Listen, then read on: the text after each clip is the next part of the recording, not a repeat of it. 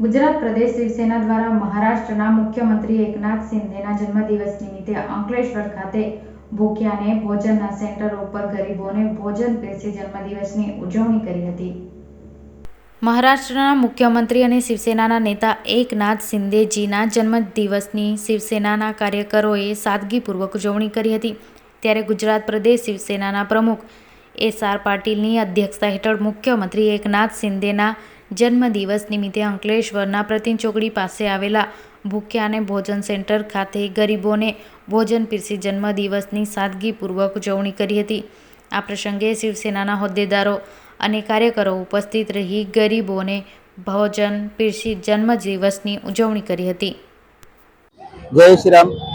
હું ગુજરાત પ્રદેશ શિવસેના પ્રમુખ એસ.આર. પાટીલ આજે અમારા તમામ શિવ સૈનિકો અને શિવસેના માટે આનંદ અને લાગણીનો દિવસ છે, કેમ કે આજના દિવસે જ અમારા મહારાષ્ટ્ર રાજ્યના મુખ્યમંત્રી શ્રી અને શિવસેનાના મુખ્ય નેતાનો જન્મદિવસ છે।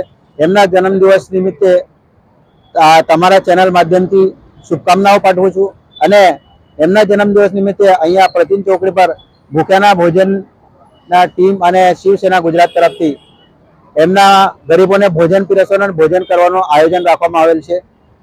મા ભવાનીને પ્રાર્થના કરી છે અમે બધે કે એવા જ મુખ્યમંત્રી જેવા લોકલાડીલા છે, જે લોકો માટે, દેશ માટે, ધર્મ માટે કામ કરવા માટે એમને ભગવાન શક્તિ આપે।